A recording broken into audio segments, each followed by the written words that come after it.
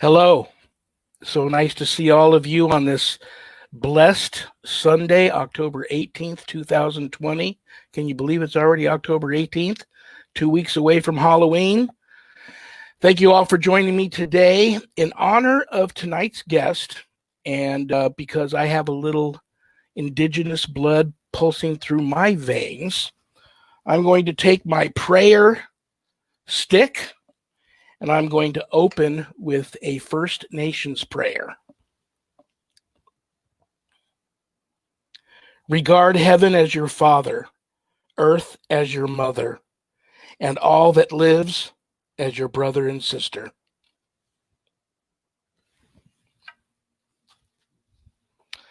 Now, my second opening prayer and candle lighting tonight, brothers and sisters, and I want you to keep this gentleman in your prayers, okay? His name is Lewis, and he's a vet, just returned home. One of the many vets that our president is bringing back. So God bless him for that. But Lewis and I talked a little bit, and the thing that concerns Lewis is he's seen some things that he wishes he could unsee, and he's also done some things that he wishes he could turn the hands of time back and undo. And unfortunately, he can't do that. And he's afraid of judgment. So I told him there is no judgment on the other side, and in his heart and his soul, if he's truly repentive and repents for what's troubling him and making him feel like his soul has been darkened a bit, that he needs to get back in his Catholic or Christian routine that he had before he went off to war, and that is to first start with a good confession with a priest or a minister, pastor, what have you. Get back to going to Mass, receiving communion, find a nice Christian-based or non-denominational Christian-based church, get rebaptized. But I'm going to offer up a prayer for him and light a candle for Lewis tonight. I told him, welcome. He's at home here. WO Entertainment is one of my producers, and they're all about the vets. So here we go.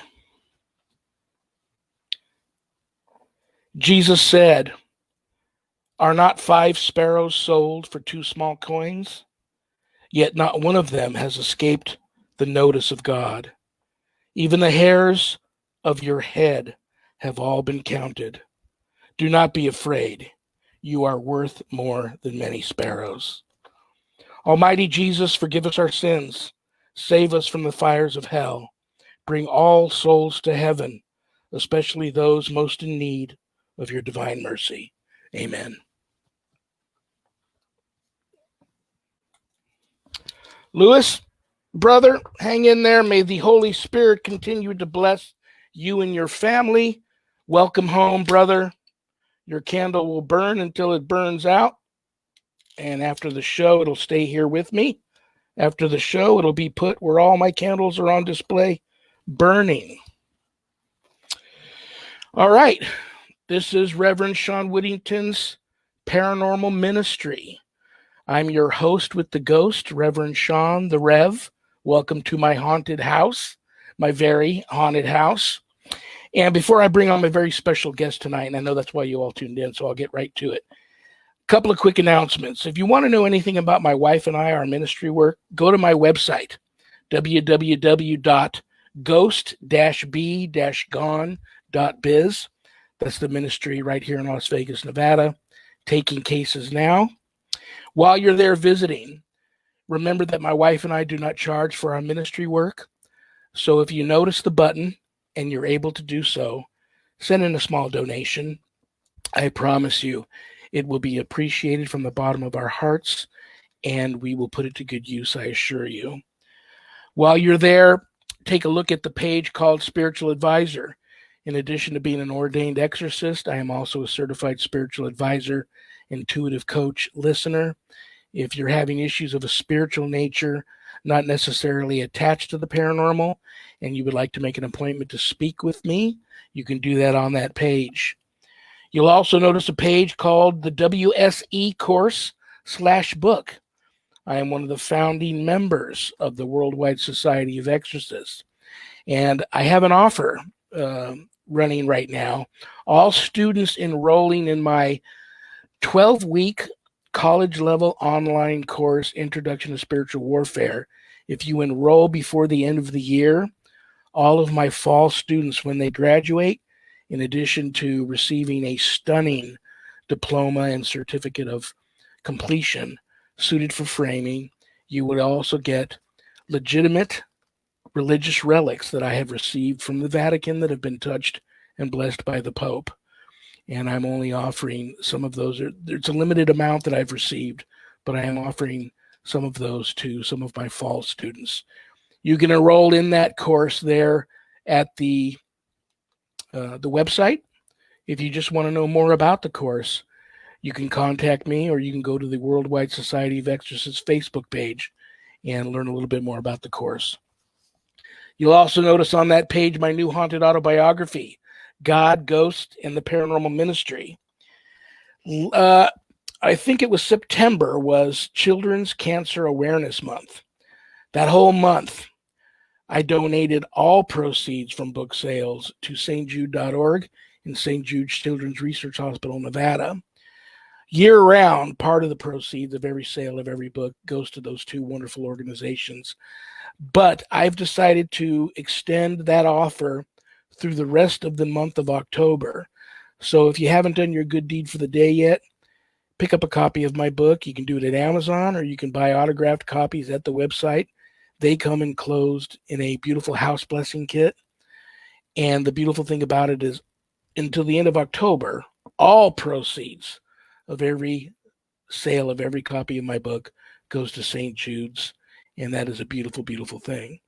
If you've already purchased my book, you're a part of that support group. So God bless you. Now, word of warning. Some people say the book that comes from my home that I've autographed that have been sitting here, I have a little attachment. So buyer beware. The book is scary. It's been called the scariest book she's ever published by Annette Munich, owner of Stellium Books, my publisher. But don't let that scare you off. The book has a lot of good versus evil, where good does win in there.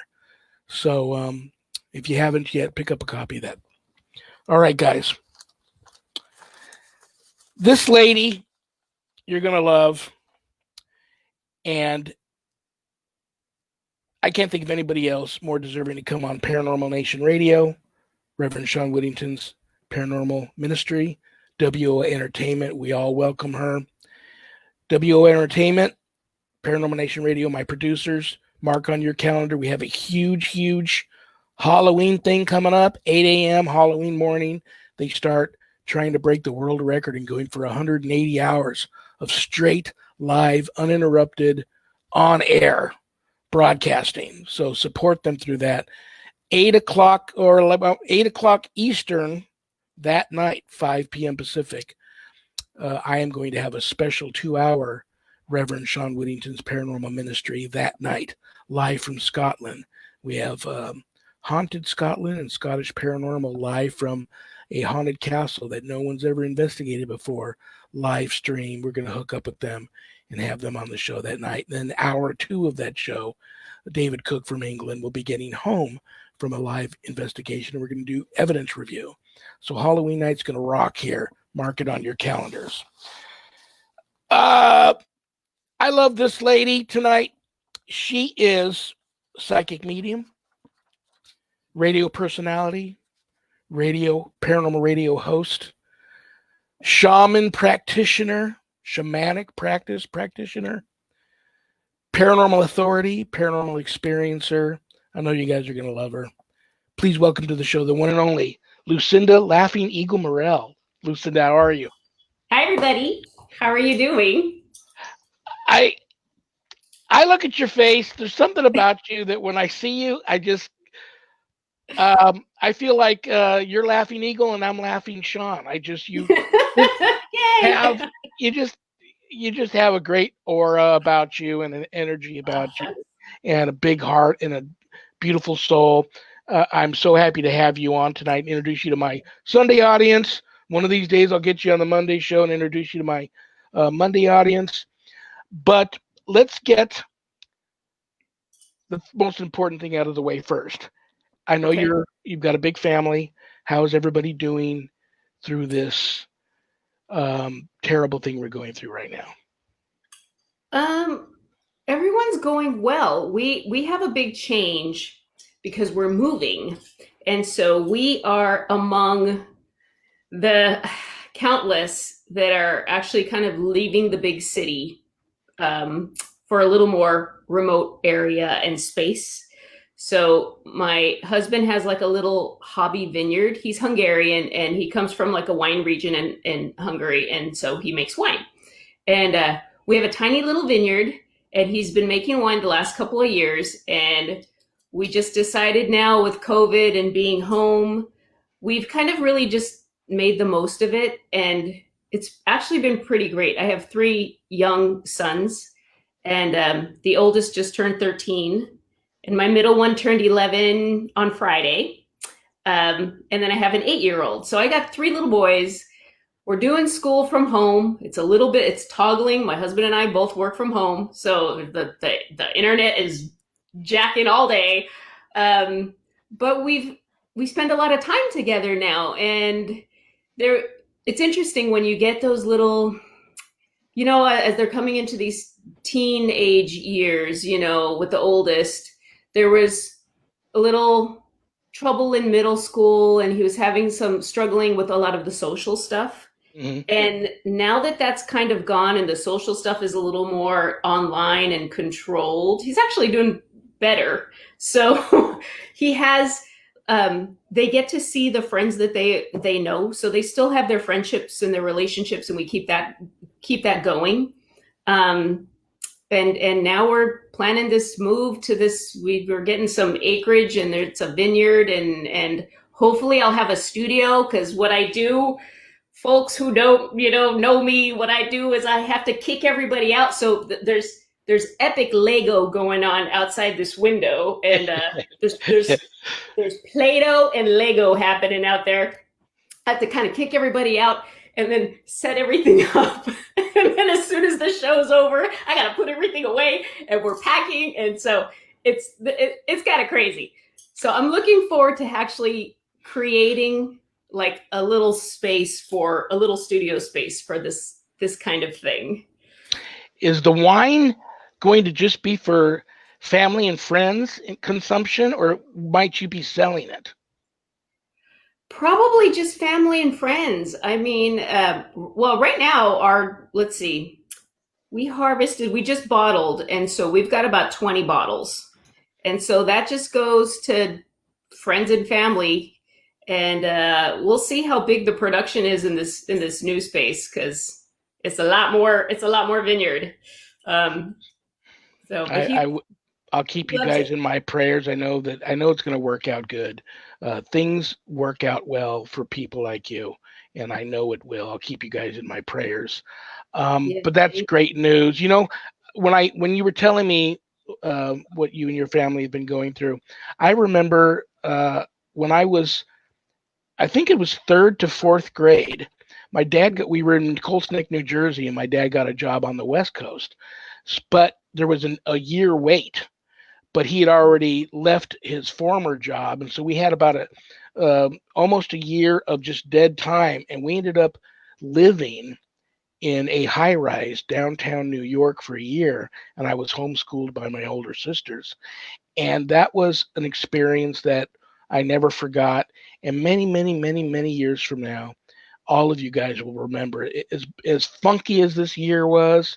Yeah, I know there a lot of good is also coming from it, and families like yours will look back on this year with, I know it sounds crazy, but with a lot of fond memories, along with a lot of the crazy, scary memories too. But there'll be times that you guys will always remember, and that's going to be very cool.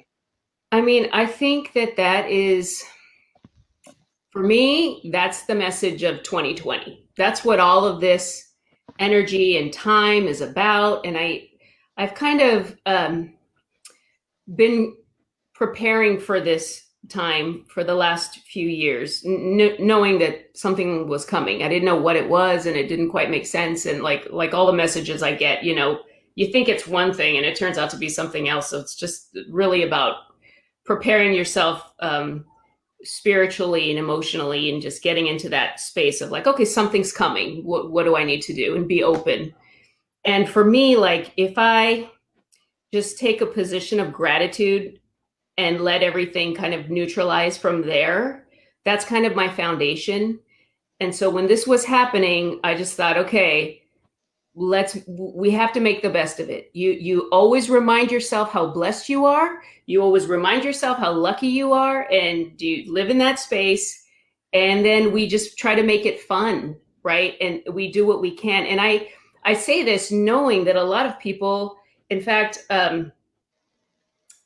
we just got word that a family that we grew up with, I mean, they lost brother and father to COVID. I mean, in less than 2 weeks. I mean, just this month, they lost brother and father, and my heart breaks for them. And so I feel like my place is to personally stay in that gratitude and that know how blessed we are, first of all. And then because it's not happening to me, it's my job to support those that are going through that. Like, how do we be of service, right? And absolutely. And then if my thing is like, whenever I get too stressed and whenever I start trying to get into the poor me, like I got to get out of my head and just go help somebody else. I mean, that's the thing, just go be of service. If you can't help yourself, go help someone else. And it kind of settles you.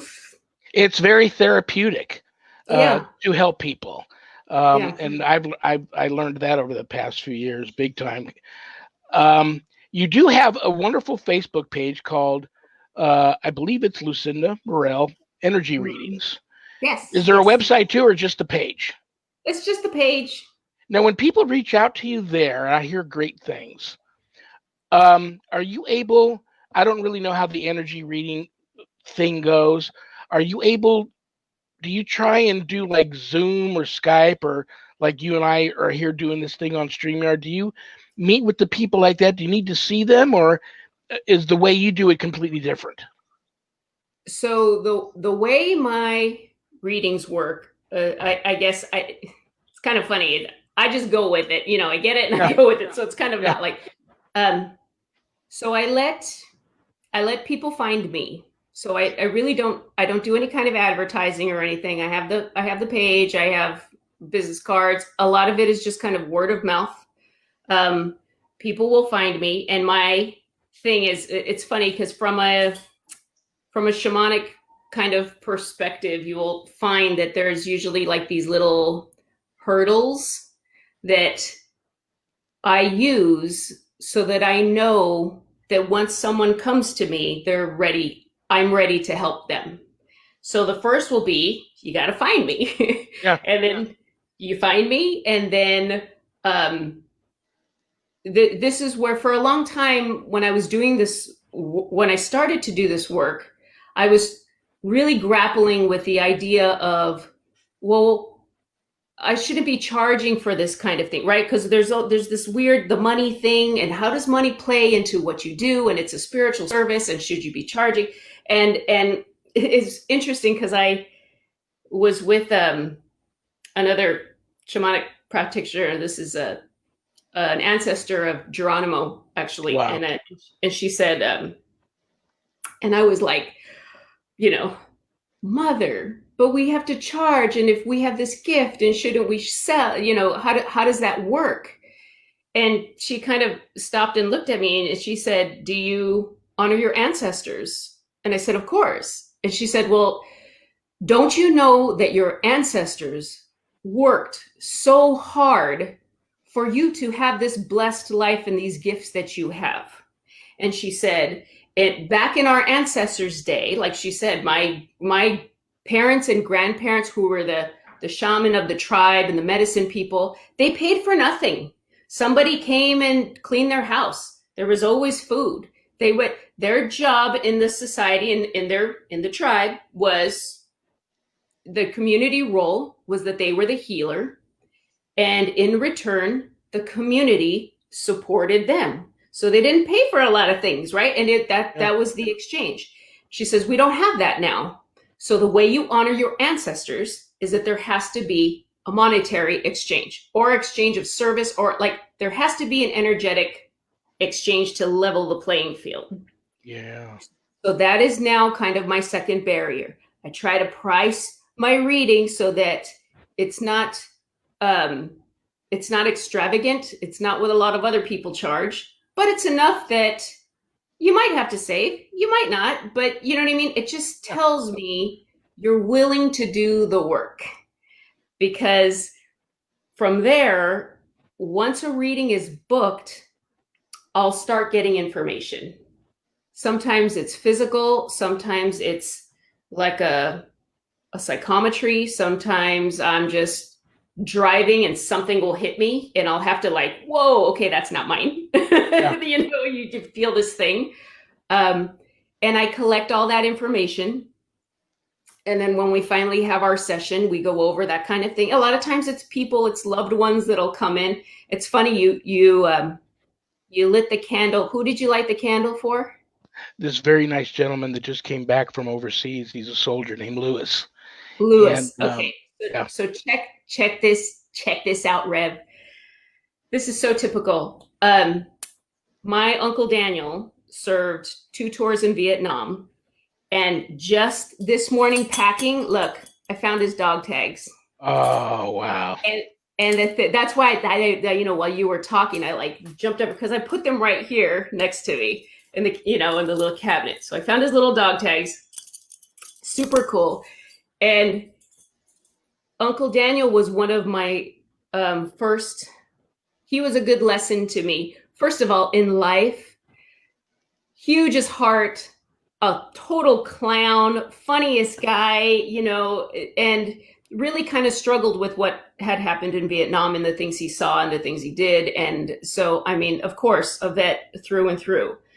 And struggled when he came back. You know, it wasn't easy integrating and then trying to, I can't even imagine going from like that. It's almost like you live 2 separate lives, right? And then you have to come back and try to integrate. You're not the same person. And when he passed, I got a visitation from him about a year after he passed. And the funny thing is, this was the fun Uncle Daniel lesson, is that I assumed in my head that when if I were to see Uncle Daniel in spirit, he would look like that handsome, like soldier with his little crew cut in his uniform that he had. He had this little short hair and his little beautiful uniform, and he looked so handsome and young, and you know, his face was just bright, boyish. And I just thought he looked so handsome in that photo, which I have of him. And he came to me in a dream, and he was wearing like this white t-shirt and jeans, and he had a nice belly. Must have been like the way he looked in his 40s. He had like he had his long black hair, and I remember because this was 2004, because I had just bought a Honda Civic hybrid. And that's before everyone was like, is that electric? Like no one knew what hybrid cars were.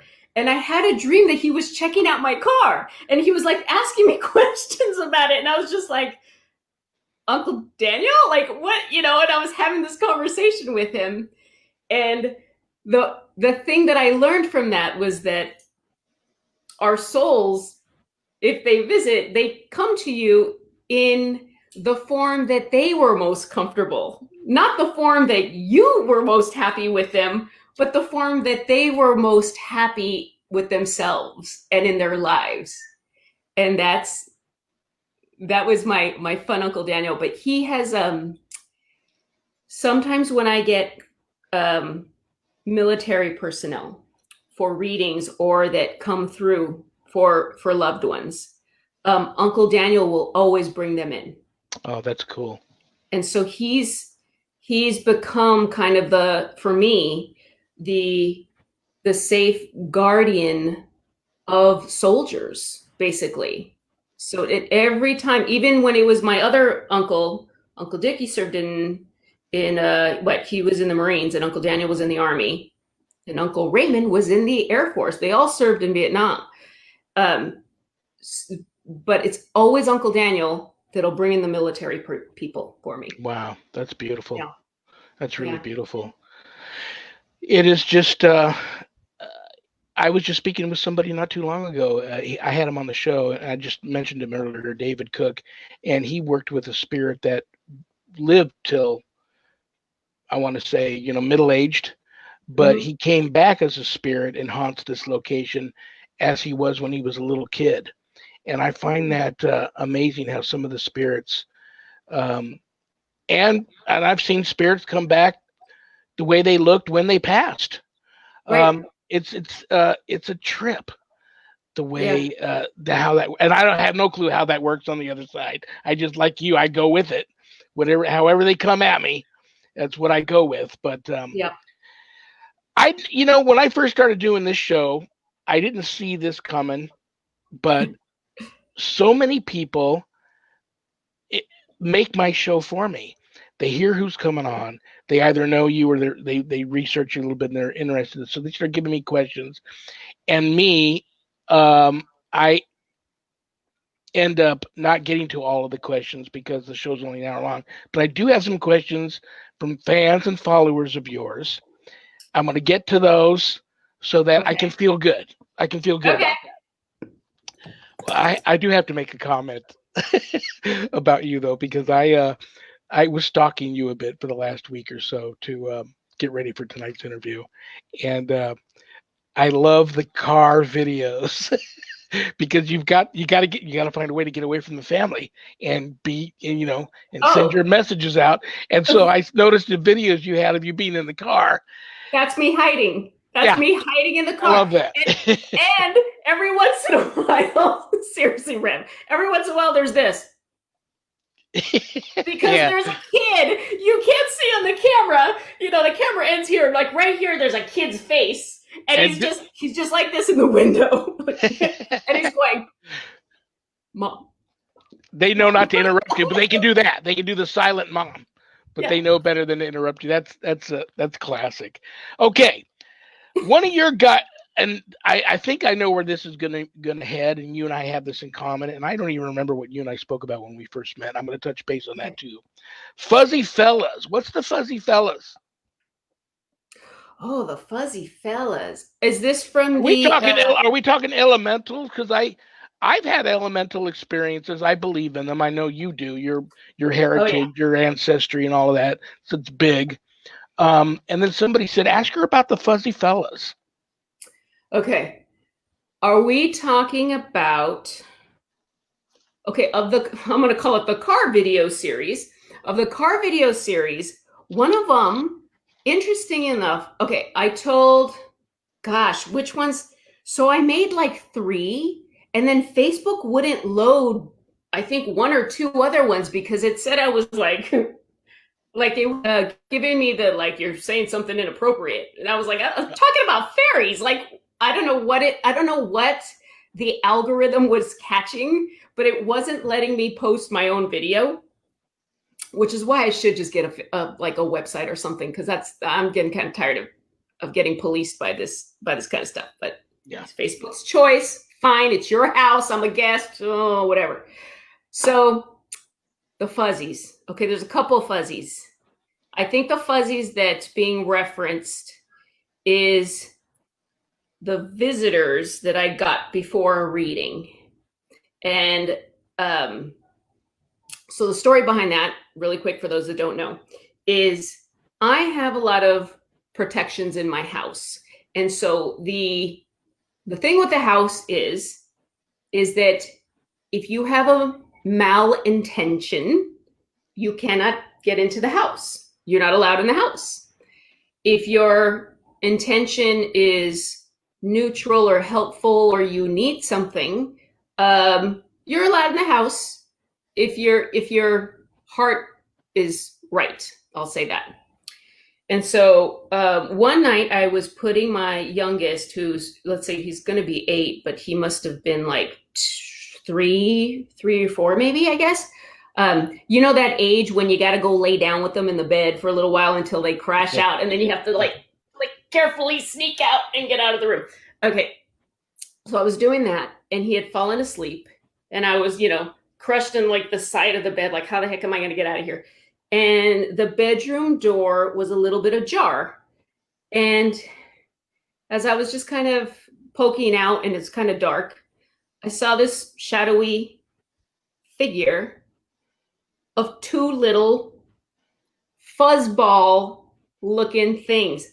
But think of, those little pom-poms and people put the little glue eyeballs on them. Okay, Absolutely. Picture that.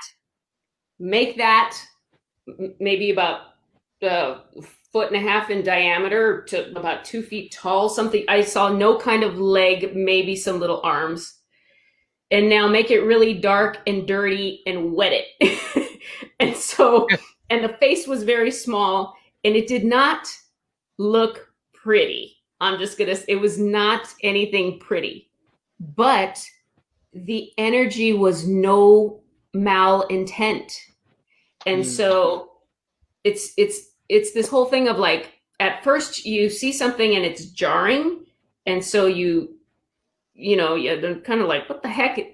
And it said, you're going to see so-and-so tomorrow. And so was the reading, the client for the next day.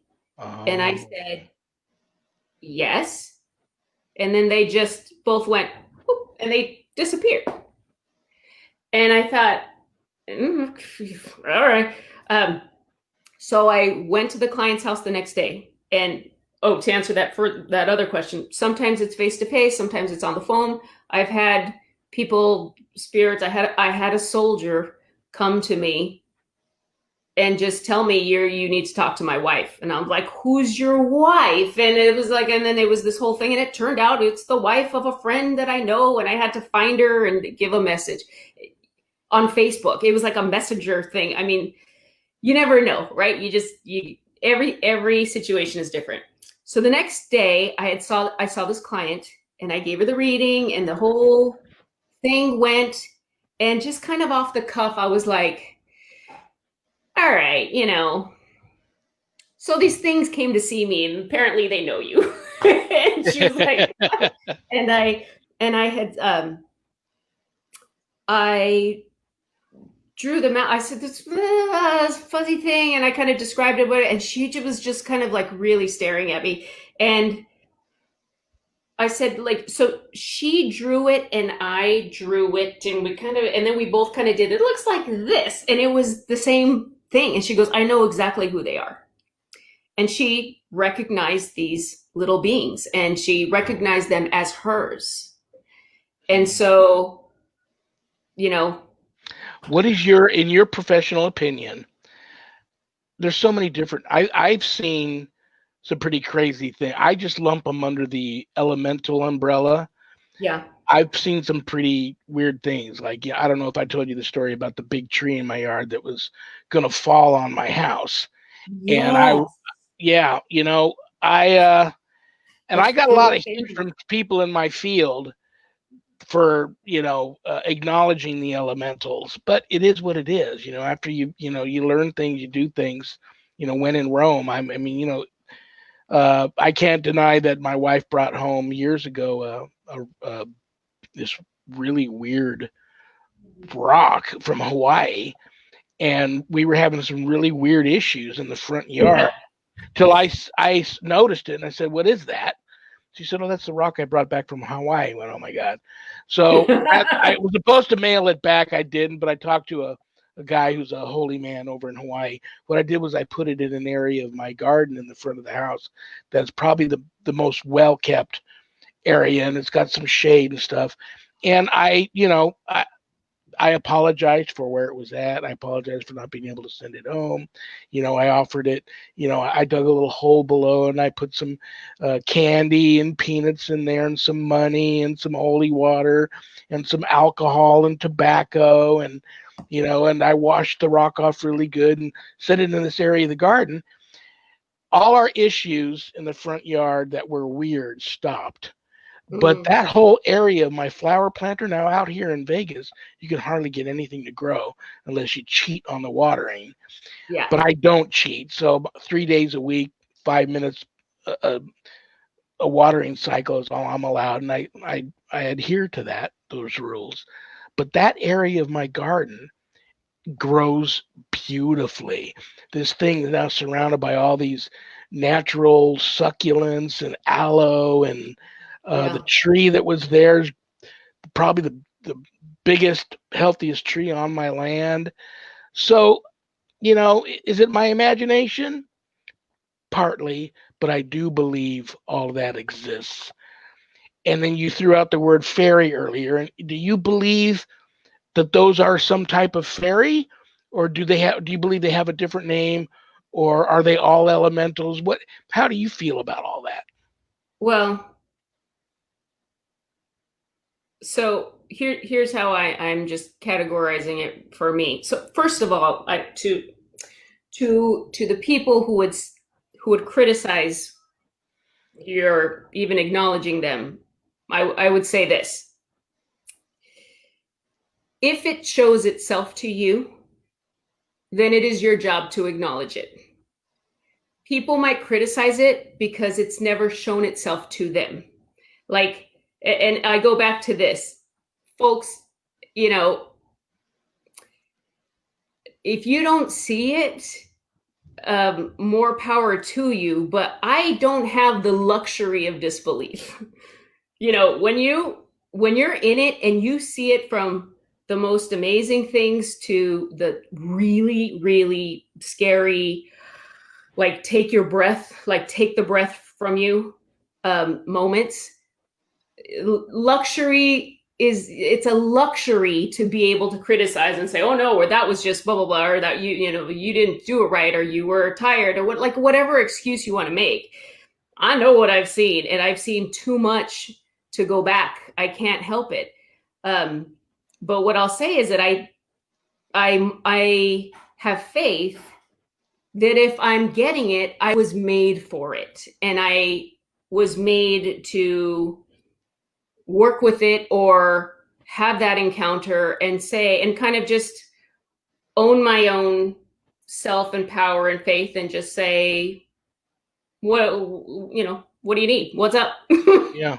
Well, it's like where that tree ended up falling. It was totally leaning towards my house. And when I prayed for them to help and just make sure it fell the other way, sure enough, I woke up the next morning. It had completely lifted and fell the opposite way, missing my house, my car, my neighbor's house, landing just in my yard, just short of the sidewalk, so the kids could still walk by. I didn't hit a kid or hinder the path. So even though we had the tree eventually sawed up and hauled off the property, that area where it was has kind of formed what, for lack of a better description, a little bit of a fairy mound there. And there's still a couple of big ass roots sticking out of the middle of the ground. My wife thought, why don't we cut those? I even spoke to the guy that comes and does our lawn. And he says, yeah, I wondered why you left those sticking there, and it's not my place just to cut them, so I mow around them. But that area, and my lawn looks like crap because, it's the desert out here, and I'm the only one dumb enough to still have natural grass. And I try to water and keep it going. But that area, without very much attention, the grass grows really nice there. And it's just a nice little patch of ground there. I don't want to rock the boat. I know that's where they were at. And I know that's where they're at now. And because, when the tree had came up, the hole that was left there, all those offerings I put down in that hole too. And then it was all filled in. And I didn't replant no grass there, but the grass grew back there on this little mound. Yeah. So I don't rock the boat. Superstitious? Yeah. It's a lot of things. So, okay. So we can easily say the stump is working as a fertilizer. Okay, fine. But I can also tell you that my aunt, as a child, as a 4-year-old, used to see fairies all the time, and they were always around a stump mound that had all these flowers growing around it miraculously out of nowhere. So I can tell you that usually leaves, wherever there's some sort of sighting like that, it leaves an imprint. And I can also add that when we have a connection to something like that, that energy also leaves a nurture. It's an because we are nature as well, and you're working with something of nature, a natural element. So there's two things. Like, for example, the little things that came into the room, I would consider a nature spirit. Okay, so I would just say that's a nature spirit because it was a little consciousness or a little spirit of something or a little ghost of something, whatever you want to call it, right? It was an apparition of something. And so I would call that a nature spirit. Now, I saw something on the Pine Ridge Reservation with the Lakota that I will call an elemental being, because what I saw was not see-through or apparition or ghost. It was a little being walking. Wow. And that I think above everything has, and that is the video I tried to post on Facebook and it got shut down. It wouldn't go. And it was trying to cite me for something. And I was, what do you, like, you cannot post this content or something like that. But I was trying to tell that story. And that was the night that I attended a Lakota Sundance. Wow. And so I think that was probably like, yeah, I had that day we attended a Lakota Sundance, and then we went to the Badlands for a ceremony. And then that night around the fire, like in the forest, is when I saw the little dude, which is all I'll say, because it didn't look anything like a human. It's weird because this is how I categorize it. I do, the types of cases I work, it seems like that's all that comes across my desk anymore, are the darker, more malevolent cases. But they behave two completely different ways. I get paranormal drive-bys here, or some people in my field call them recon blasts. And when I start getting these things happening around the house, it's different than the spirits that are here in visitation. I know that this is a red flag. I'm being warned that there's a case of, my phone's about to ring and it's going to be another dark case. Get ready. Yeah. But they act two different ways. Like these things, they'll either show themselves to you or they won't. They're always usually really freaky looking, but they're the ones that mean good. They're friendly. At least they've been friendly to me. And the difference is they either show themselves to me or they don't.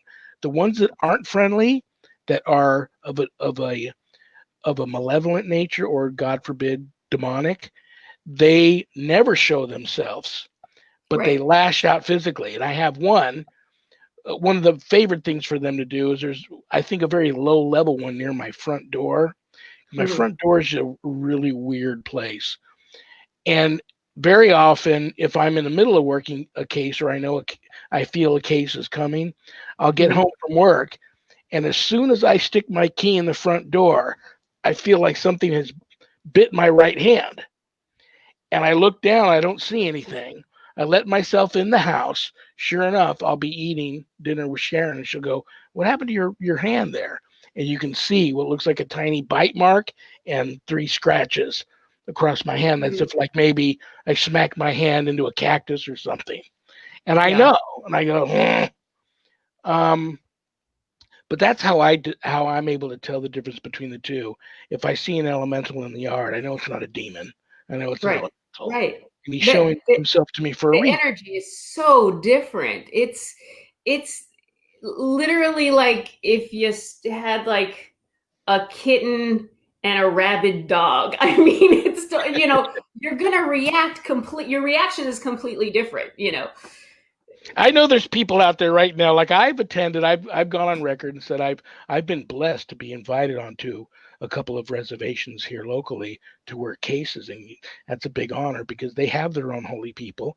But we're all humans. Sometimes things happen, and the holy person feels like they're in a little over their head here, and I haven't seen or experienced this before. Let me bring in somebody that perhaps may have experiences before. So not only was it an honor, but I did say yes to, and I attended underground sweat lodge session, and yeah, I've admitted to people, yeah, I did take some peyote, and I saw some things that I know were real, and they appeared to me even though I was under the influence. And I know there's people out there right now that are listening to you and I going, these guys they probably took peyote before the show. The thing is there is a netherworld. It's different from the ghosts, Oh, yeah. the other side of the veil, ghosts, spirits, angels, demons, all of that, and the netherworld. The netherworld is different. And I'm just now, after all of these years, since being a young boy, just now getting to a point to wrap my head around that, and I still have no clue it's what so this cool. netherworld is all about. And it's I'll tell you. Well, hold on. I gotta get my iced tea here. Hold on. I'll tell you all about it. Okay. I made this great iced tea today. Okay, anyway. I love a peach iced tea. Okay, so in shamanic practice, let's compare shamanism to Christianity, because I'm a Roman Catholic, but I also do shamanic practice. Why is that? Well, we can go down a rabbit hole on that. It's like this. If we look at the church, a lot of people have a lot of hang-ups with the church. And to that, I would advise, do what you can to get over that, and don't focus on how it has messed you up, but try to ask better questions like, why would they have done that? So, for example, we are now in a time in 2020 where the energy is completely shifting. We are coming into a new time. What do I mean by that? A lot of things, but the key is, as human beings, this is the messaging that started coming in for me in about 2015. As human beings, we are starting to evolve our consciousness to match this new time. Okay, so now we're trying to level out this playing field. Way back in the day, religion said, don't touch that spiritual stuff. Don't go anywhere beyond. Here's our rules, our 10 commandments. Follow this, do this, and you'll be all right. Why? Because there weren't a lot of spiritual seekers out there, because everyone was just working on a farm trying to get food on the table and get their day done. And anybody that got an education was the clergy, right? The clergy were your dentist and your accountants and your, not just your priests, but they were called priests, but they were the only educated people in these little towns, right? All through Europe, right? So the goal was keep the people safe. How? 10 commandments. Just do this. Don't go to that other stuff. And then, look at this other religion that's talking about past lives and many lives and stuff. Yes, there's biblical reference to that. Bible took that. The Vatican took that out and said, don't worry about that right now. Do good now. Do follow these rules. That was done to keep the people safe. We are now at a time where we really have lost that intuitive instinct that we need. And so what's happening is there's a lot of fear-based thinking. Look at our politics, okay? I don't look at people's political party. I look at, if you're angry and if you're afraid, calm down, kick back, and let's remember we are all human brothers and sisters, and there's a lot of spin and a lot of stuff that wants to separate us. Why? Divide and conquer. Look at the big picture, people. I'm looking at your heart. I'm not looking at what you're wearing or who you're voting for, anything. I'm looking at your heart. And what's your heart telling me? It's telling me you're scared. And when you're scared, you lash out and you get angry and you go in there and you do this and this and this and this. There's a better way. We've done that as humans. We've already done that. That time is over. We need to start looking inside ourselves and get back to that intuition. And that is where a lot of the spiritual practices come back. So I'm saying come back to a faith, whatever that is. What shamanic practice does is, keep in mind, this is before Christianity. Mhm. The logic was, when you die, your soul will move to the other side. And they called it the different worlds. There was the upper world, the middle world, the lower world. Now, don't think heaven, hell. That's a Christian concept. But it's like different levels of consciousness, of spiritual planes. And it took energy to get there.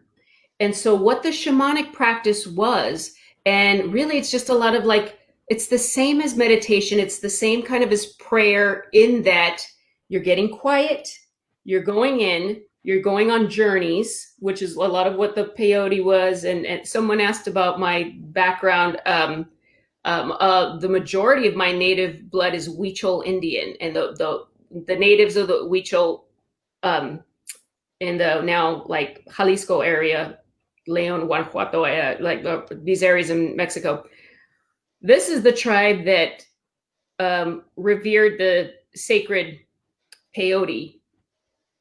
And they are the ones that basically saw the Europeans coming in their visions and took to the hills. So they're one of the purest bloodline tribes, I think, in the Americas, because they weren't conquered. They hid, they fled, they decided they're just getting out of there. And then there's Navajo and Hopi. But and yet I've done a lot of ceremonies with Lakota. So, to me, it's all the same. Yeah. We're all human beings. And I say respectfully to my, to anybody, there is not a culture or a people on this planet who have not at some point been persecuted. The question and the challenge I throw down the gauntlet to everyone now is that, are you going to stay in this cycle of fighting and hatred and bitterness, or are we going to just move forward as a people? Because as we've come to this new time and a new world, and you can travel anywhere, and there's people that are of multicultural races, doesn't matter anymore. We are people of the world. We are no longer people of our cities and of our countries. We are people of a planet, of a world. And how you treat anybody anywhere is how I'm judging you. Not based on where you live or your country or your color or your sexual orientation. Show me your heart. That's what I'm looking at. Show me your heart. And so there's a term in shamanism called psychopomp. And that is when you gather your energy and it's almost like a push. And so what happens in that logic is, your job is to navigate these different worlds in your journeys. And you're mapping it in your brain, just the way the shaman would map every plant around them. They used to know thousands of plants and the medicinal uses for them all over the world. And that was their job. Learn it, memorize it, remember how to get there. Because when you die, your spirit needs to know where to go. And depending on what you need to do, you can cross those multi-plane dimensions. What you don't want to do is get stuck in the middle world. So the other role of the shaman is to go into those dark places and go into that middle world and find those lost souls and pull them out. That was another thing one of my teachers taught me. She said, light workers are great and there's a place for light workers. She goes, but we're shaman. We go into the dark places to pull people out. Your job is to not be afraid. You keep the love in your heart. You keep the light in your heart. And if you have that light, and for me, that's strongly based in Christianity, just because listen, in my darkest time, it was Jesus that I called to, and it was Jesus that got me out. And that's just me. And I know that for everybody that's different. And I'm not judging, and I'm saying do what works for you. But I've never gone wrong with my faith, and just with Jesus as brother, and my higher self, and my connection to God. Like that's me personally. Find what works for you. In what you were gonna say something? I'm rambling. No, I mean, no, not at all. Okay. Not. I am so on board with everything you said, and when you were talking about that, I remembered that I'd been troubled for a long time. You talked about Jesus, and I was just watching a show the other day where the girl was telling her boyfriend they filmed from their phone this tornado that was bearing down on them, and she kept telling him to stop, turn around, drive back. He's all, no, I can get past it, and he was trying to floor it. She's all, honey, it's on us. And then the last thing she said, and later she confessed that she wasn't a religious person. But what do you think the last thing she said right before all you saw was just mayhem because the truck got flipped over and tossed on the other side of the freeway and down an embankment? She said, God, please forgive me my sins. I'm sorry for my sins. Honey, Jeff, I love you. Boom, the tornado hit. So we know. Powerful. We know who we're going to give ultimate praise to at the end there, regardless of who you are.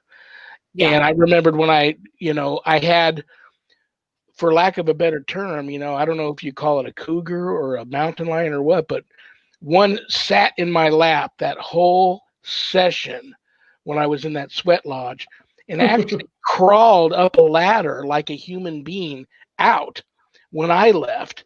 And then for the longest time, I would hear these, when I was getting these paranormal drive-bys at the house, it would sound like a feral cat in my backyard being ripped apart by wild dogs, or other big wild cats.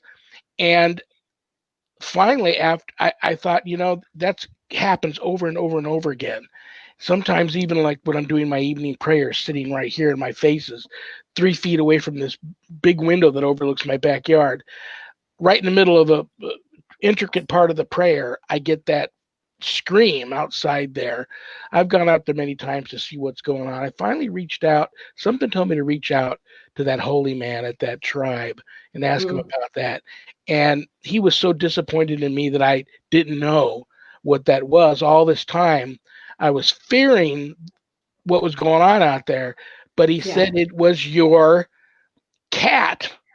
And I hate cats. He says, I shouldn't say hate, but I'm a dog man. But he said it was the cat that was with you here. He went home with you, and it's your spirit cat, this cougar, out there in your backyard that is going to battle against these demons that come into your backyard. And I've been in the backyard and been tossed by things I can't see into my empty pool, the deep end, which hurts. And I felt so bad that all that time I didn't put two and two together and knew what that was. And now it's like when I hear that, I know everything's going to be okay. And then now all of a sudden we have cats everywhere. Sharon has to bring home carriers from the animal hospital and take the doors off and leave them out front. And we got all these cats living in the front yard now. I'm a cat guy all of a sudden, even though I have 2 mastiffs, but that was meant for me to have a cat in my lap, because when I'm normally thinking about it, I'm not a cat guy. And that was another weird barrier that they were going to make me get through. It's a spirit animal. That's your power animal, basically. Yeah. Just incredible. They represent. Oh my gosh. Owning your power. 6 o'clock. Oh, we're done. Well, I don't want to let you, I still have something I want to talk to you about real quick before I let you go. Okay. Carl, I apologize for running over, brother. I know you have your family and probably got to get to dinner, but oh my gosh, I have to mention a couple of things because people want to know. You and I met when you and Dr. Solheim, Dr. Bruce had me on Timeless Esoterica.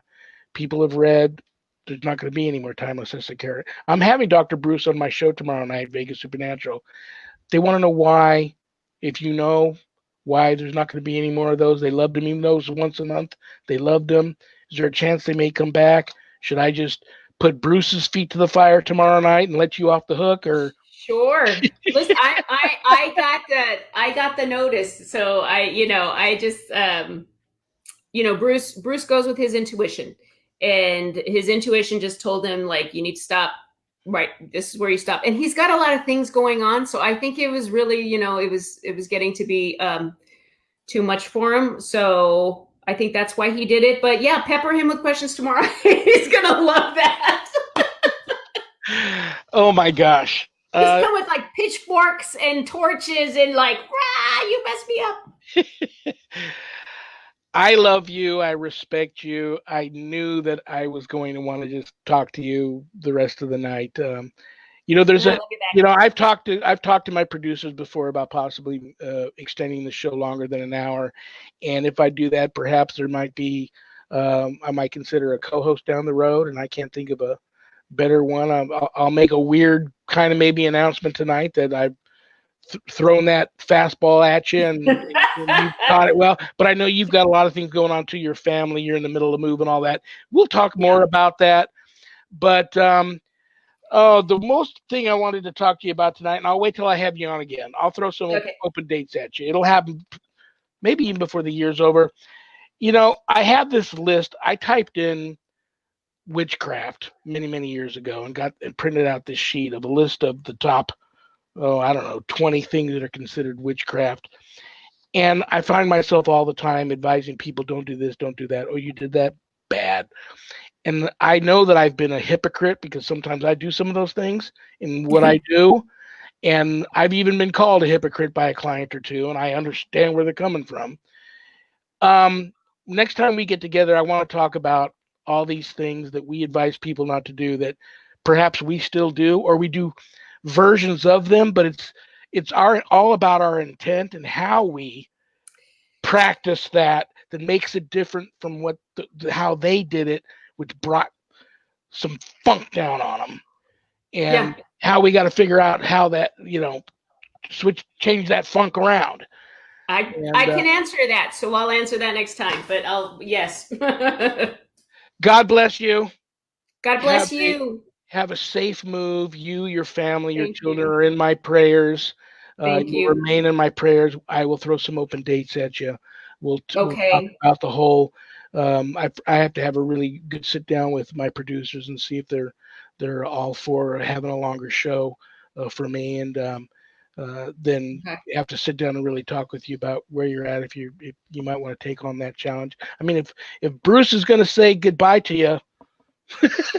Not goodbye. He loves you, and you guys are tight. But if Timeless Esoterica is not going to be anymore, it's a shame to not have Laughing Eagle be more out there and seen more, because everybody that has reached out to me when they heard that I was going to have you on the show tonight, you're loved. You're very much loved. And thanks. Wow, I had no idea. Keep doing what you're doing. That's the best part. Keep doing what you're doing. I mean, people usually reach out to me, Sean, why'd you do a podcast? You got a face for radio. Stick with your radio show. I mean, that's the kind, so there's two different kinds of feedbacks, but I love it all, and so we'll talk, but have a wonderful remainder to your Sunday evening. Thank you for spending an hour out of your busy Sunday to hang out with me and my Sunday audience. And I really, really appreciate it. God bless you. God bless you. Thank you so much. Nice talking to you, Rev. And let's say, hang in there, Lewis. And don't forget Uncle Daniel was with you. Absolutely. Absolutely. We're praying for you. God bless you, honey. Have a good night. Oh my gosh, guys. Yeah, I could have talked to Laughing Eagle, Lucinda Morel for the rest of the night. I got to 3 questions. I know so many of you are going to be upset with me that I didn't get to your questions tonight. I got to 3 out of probably my 20 questions. I had this list of stuff I wanted to go over with her about, but she'll be back. I promise you. Maybe if the show goes longer and she ends up being my co-host, we might work something out. But And if you think her and I make a great team and the show should go longer and she would make a great co-host of mine, send me a message. Let me know what you think. It's all about you guys. I don't have a show without you guys. So God bless you all for tuning in tonight. Mark it on your calendars. Halloween, 8 a.m. Halloween starts the big WO Entertainment push to beat the record and stay on the air 180 hours straight. Let's all jump in and be a part of that. Remember, WO Entertainment's all about the vets also. That's why I'm glad I could welcome Lewis to the family tonight. Preventing vet suicide, Paranormal Nation Radio, my other producer, Carl Albertson. Couldn't do it without him. So thank you all so very much. My guest next week. Oh, you guys all know her and love her. You're going to, first time on the show, so don't let me down. The Happy Medium, live from Cape Cod. Susan Ahern will be here next Sunday night. And otherwise than that, guys, I'll be on Vegas Supernatural tomorrow night with Laughing Eagles para partner in crime, Dr. Bruce. We can find out why there's going to be no more show with the two of them. But have a blessed week. Stay blessed. Stop the violence. God bless you all. Good night, Harold. Rest in peace. Good night, Ernie. Good night, Bill. Good night, Dan. God bless you all. See you next week.